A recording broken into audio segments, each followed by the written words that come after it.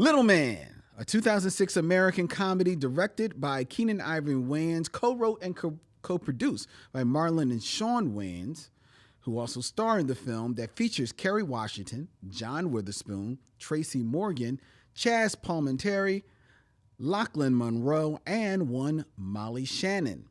It follows a jewel thief with dwarfism who hides the proceeds of his latest robbery, then pretends to be a very large baby in order to retrieve it. This film was released in July of 2006, and while it was a commercial success, it was critically panned. However, it is an award-winning film, as it walked home with not one, not two, but 3 Golden Raspberry Awards. And it was Vincent's selection for this stop on the Micheaux Mission. Vincent, what say you of Lil Man? Look, I think the thing about the Wayans brothers, and when I say the Wayans brothers, I'm speaking specifically of the younger brothers. You have 2 types of movies that they do. You have the parodies, scary movie, dance movie. You know, there was a spoof of Mr. Black, of 50 Shades of Grey. 50 Shades of Grey. Yeah.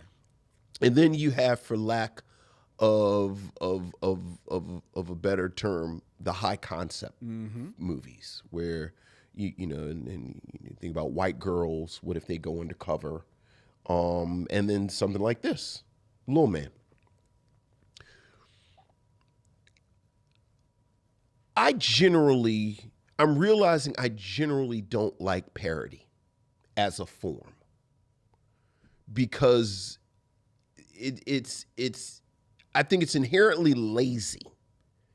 I think it can be elevated, but just as a default form, somebody did something and then I'm going to make fun of it. You start at lazy and then maybe you can elevate it. Okay. In many interviews, all of the Wayans brothers, Keenan, Damon, Sean, and Marlon, talk about how they studied the great parody, which is Airplane. And Marlon even talks about when Keenan got his start, and Keenan, actually his career was going, and the younger Wayans would go visit. Mm-hmm. It was almost like schoolwork, where he would tell them to study Airplane.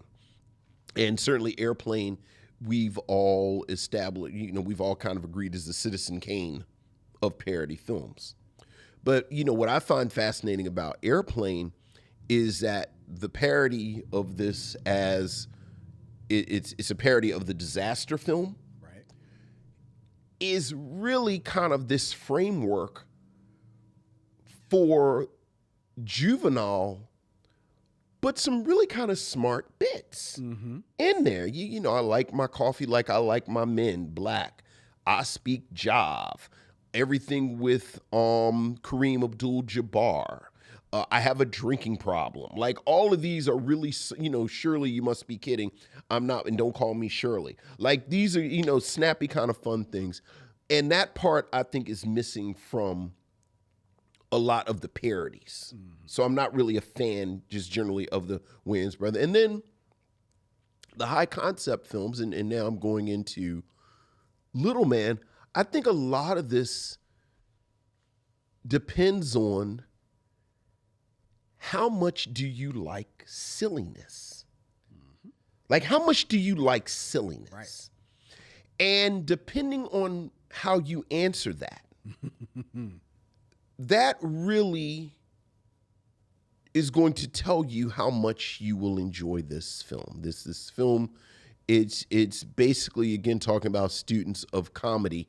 This is basically a film version of the classic Bugs Bunny cartoon with Baby Finster. That's right. Where you have a criminal who is small in stature, and because of some MacGuffin, in the case of this film, it's a diamond that gets placed in Kerri Washington's character's purse, and I have to pretend to be a child or a baby, in this case, a baby, and hijinks ensue with this hardened criminal pretending to be a baby. In this case, it is Marlon who is playing the baby.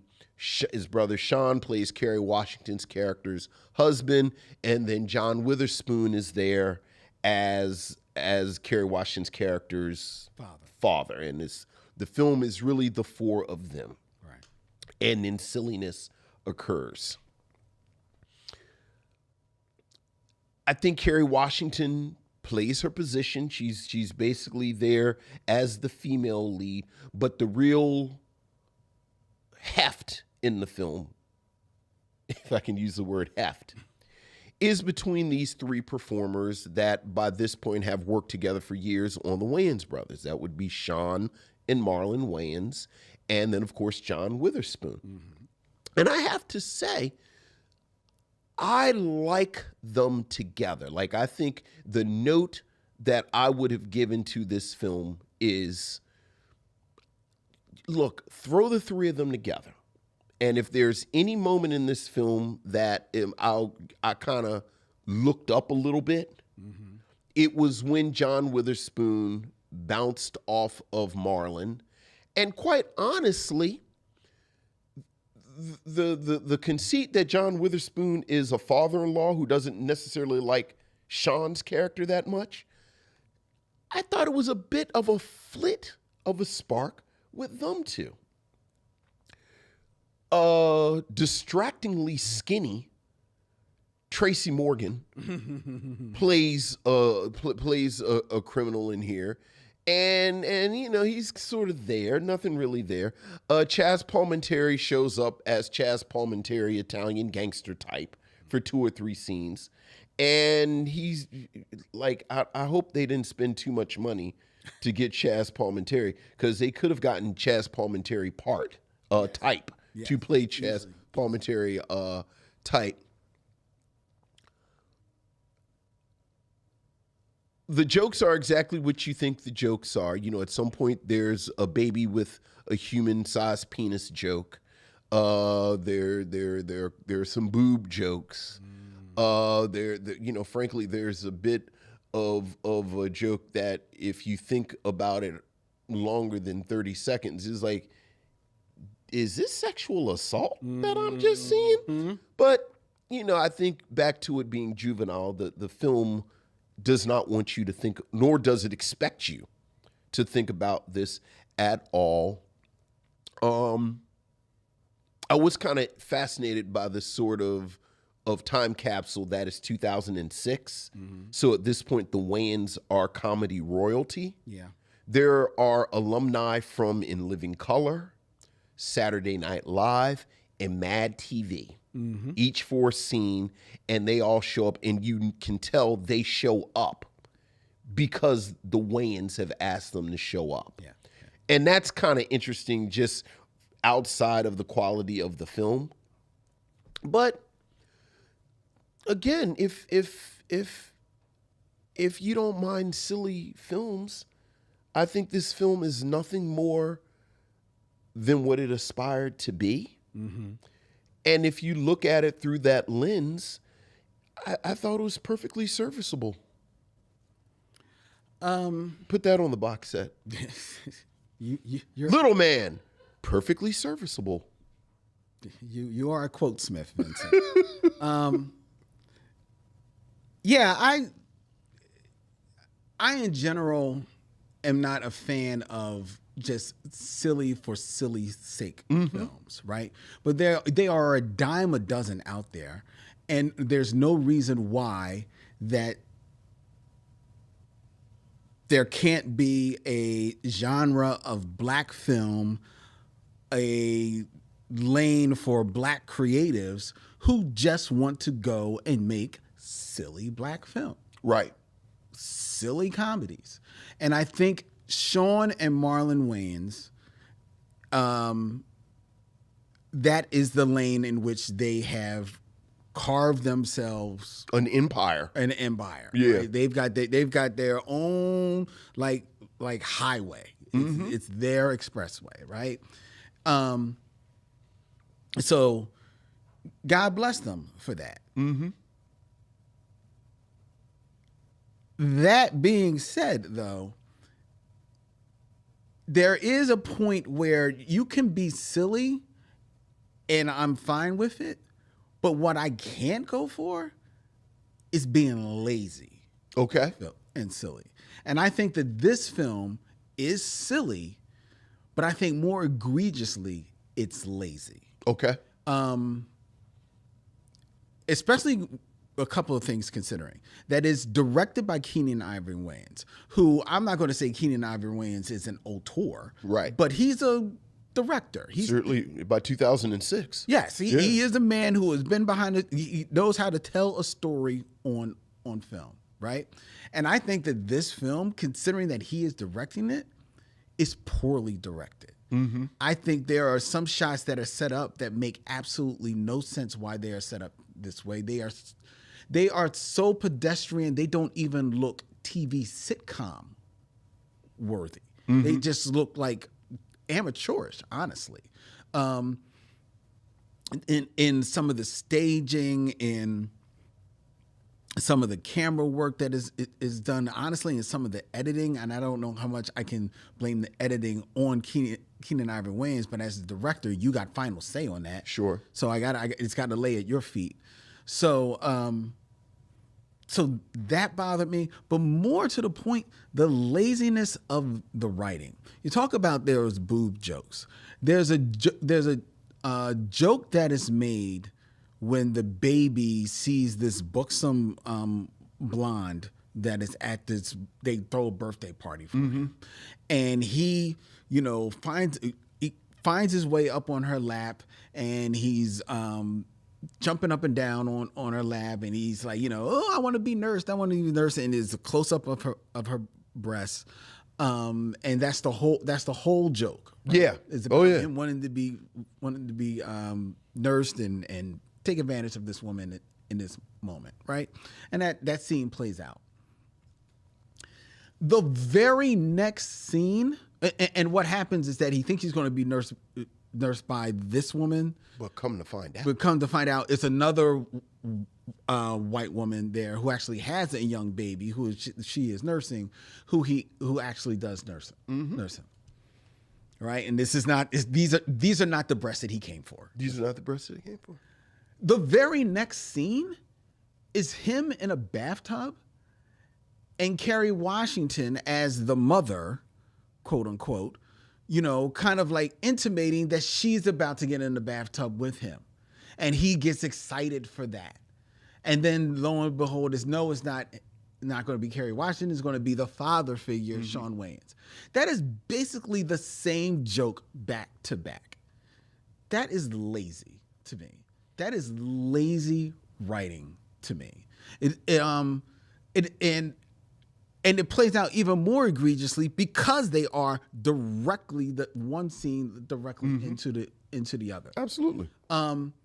And there is a lot of that same type of thing going on in this film. One of the great things about Airplane, the film, like you talked about, is that while it is 1,000 jokes coming at you in that film, of those 1,000 jokes, it probably is really only, let's say, 300 jokes. But then those jokes keep getting built upon in the movie. So like Peter Graves' character in the beginning is talking about, like, hey, have you ever, like drank milk from a baby or what? It's some stupid thing. By the end of the movie, it's totally insane. Same with the Kareem Abdul-Jabbar character. Same with the woman talking jive. That's the smartness of that movie. I picked a bad week to quit sniffing glue. Exactly. In this film, they don't even trust their jokes that much because they are just throwing them all against the wall and they're just moving on to the next thing. So they don't even trust that, hey, we can maybe build upon this. This can be a bit of the story in this film. And that is endemic of a lot of their movies.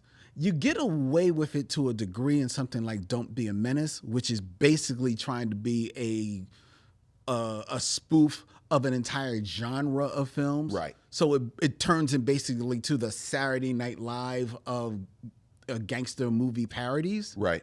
But Little Man, films like White Chicks, which are a high concept, which means that they are first and foremost built on a concept, but that concept is placed upon a story. Right. You've got to trust in your story first, and then you've got to have your jokes service the story. They don't have the trust in doing that. And I think, especially by 2006, they are just lazy at it, and they're just walking, they're just sleepwalking through the movie. I've said it before, unfortunately, because he keeps making films and that we are going to review, I'm going to keep saying it. Shawn Wayans does not belong at the lead of anything. Mm-hmm. He adds absolutely nothing to this film. I do not find him funny. Whatever chemistry you think you see between him and Marlon, perhaps there's some because they're brothers, but I really don't see it at all. He just comes off as just this blank slate on screen. This person that's standing in between John Witherspoon and Marlon Wayans. And I found him just, I didn't even find him annoying. I just found him in the way. Like, just get out of the way. Like, I would have so much more loved to see more Tracy Morgan and Marlon Wayans dynamic, and that being built upon, because you lose Tracy Morgan because you've got to stay with the Wayans brothers so much in the film. I think this is a terrible defense of Shawn. It's almost a version of part of my defense, and it's only part because, I'm a champion of Diana Ross in The Wiz. But I think Shawn works in a way that Diana Ross works in The Wiz, where, like, part of my argument for Diana Ross in The Wiz is that she has to be in The Wiz if you want to get Michael Jackson like the joy and the exuberance of Michael Jackson is dependent on Diana Ross being there. Even in this film, I like Marlon with Tracy Morgan, but even within this film, I think there is a looseness to Marlon when he's with Shawn that is, I'll take what you said a step further. I think it is 100% because they are brothers. Mm-hmm. And if there is a defense of Shawn Wayans in front of the camera, because to be clear, we talked about this last week, I honestly think Shawn Wayans should follow the path of Keenen, because they all agree. They all say Shawn is a writer, and this, like, he should stay behind the camera. But I also think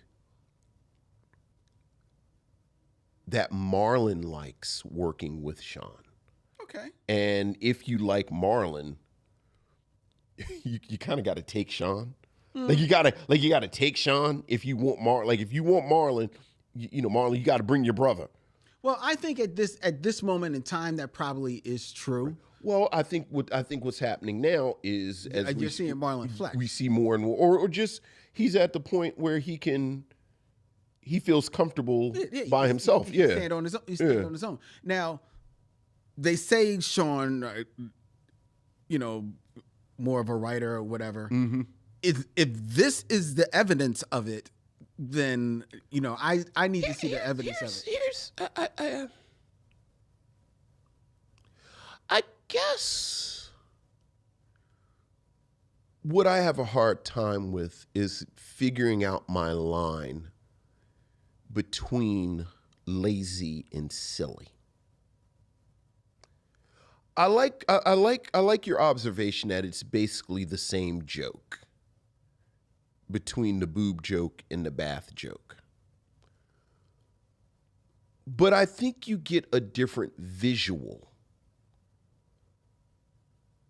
with the boob joke and the bath joke. And to Shawn's defense, like, you actually get a moment of physical comedy with Shawn. because now he's getting in the bathtub and this, that, and the other. Look, man, none of this is like none of this is Uptown Saturday Night. But if you were 11, dare I say 12, would that doubling of the joke have bothered you, or would that have made you laugh? Well, first of all, if you were 11 or 12, you couldn't see this film. I mean, right, I know it's rated R, and certainly 12-year-olds aren't watching rated R movies. Okay, but still, but right. The fact again, is, if you were 11 or 12, because let's be clear, I think the target audience for this Wayans category that we're talking about is a hard 13. See, I disagree. I don't think that's their target audience. Who's I their just tar- think what do you think the that's age the is? level of their humor. What do you But think I their don't- target audience I is? think their target audience is the adults, because this movie was a success, who do like this humor. I don't. And God bless them if they do. But there are adults in the room who love this humor. Then they have not to be that guy, but they have a 13-year-old sense of humor.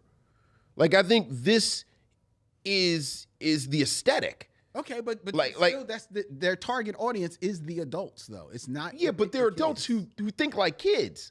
Like, if you think farts and boobs and dick jokes are the height of comedy, you have a juvenile sense of humor. So, okay, you're 18, you're 19, you're 37, you're 13. I think that is the and again, I think if a dick joke cracks you up, this doubling of bits that you're talking about not only doesn't bother you, but you like it. It's a variation of a theme. No, yeah. You're right. I get boobs and butts, and then you get the cherry on top, then you get the fart joke right after. We're going to make our own jacuzzi. And you know me, I'm always keeping track. It's like, okay, I got a dick joke. I got a fart joke. Right. I did not get a funny accent. Like, I didn't get a funny foreigner accent, nor did I get a gay joke.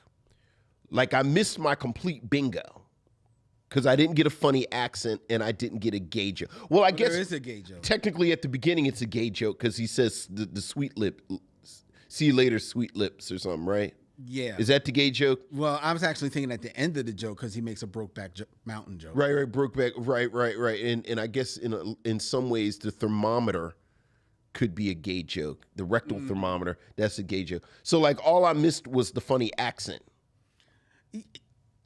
And I would have gotten juvenile humor bingo that I always play. And mincing words a little bit, you can like that type of humor and recognize that it's not the height of humor. And I like, there are silly films that I like. One of my favorite films, Mad World, is silly. I know it's silly, but I don't mind silliness. But there still should be some level of intelligence there, and I see zero in this. Yeah, film. look. I see zero in this film. Yeah, well. And I found it to be. I was bored. I wasn't bored. I think it moved. It moved from piece to piece. Like it. I wasn't interested, but I wasn't bored. Oh. But then I realized, again, this is just not my. This is not my thing. Like, this is just not my thing. Like, I can't do a whole lot with, again, dick jokes, fart jokes, boob jokes. Like, it's just not my thing. But that's no reflection of the thing. That's a reflection of me. Like, I can't expect a thing to not be itself. Okay, fair. Which, so. Would you recommend that people see Lil Man? Look, man, I think if you like this, yeah. I mean, but you can say that about any film. No. If you like this type of humor. Okay. Yeah. I think at this point, I've never actually seen White Chicks. Me neither. And I realized as I was watching, so I was like, well, I need to go ahead and watch White Chicks. Because I do think that the Wayans much like Tyler Perry, regardless of my personal taste, are important when we talk about the Black aesthetic and Black art. So you should know about their films.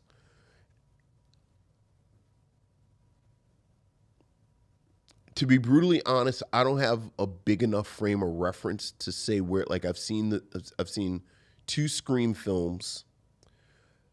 I've seen Don't Be a Menace.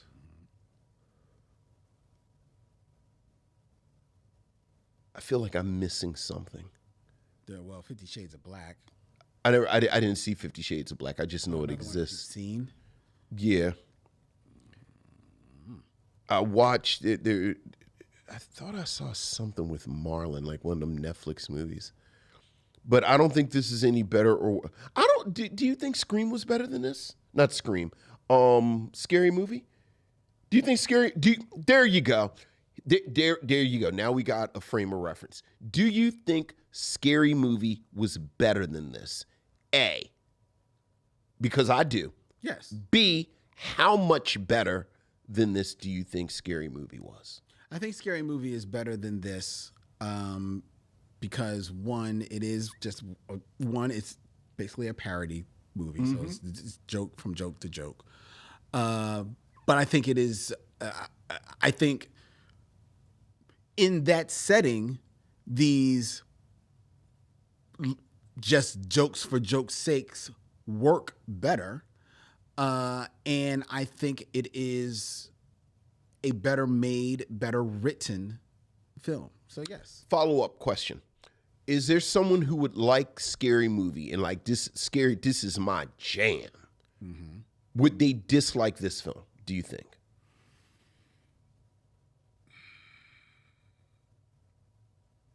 I think there is, because, and it's been a minute since I've seen Scary Movie.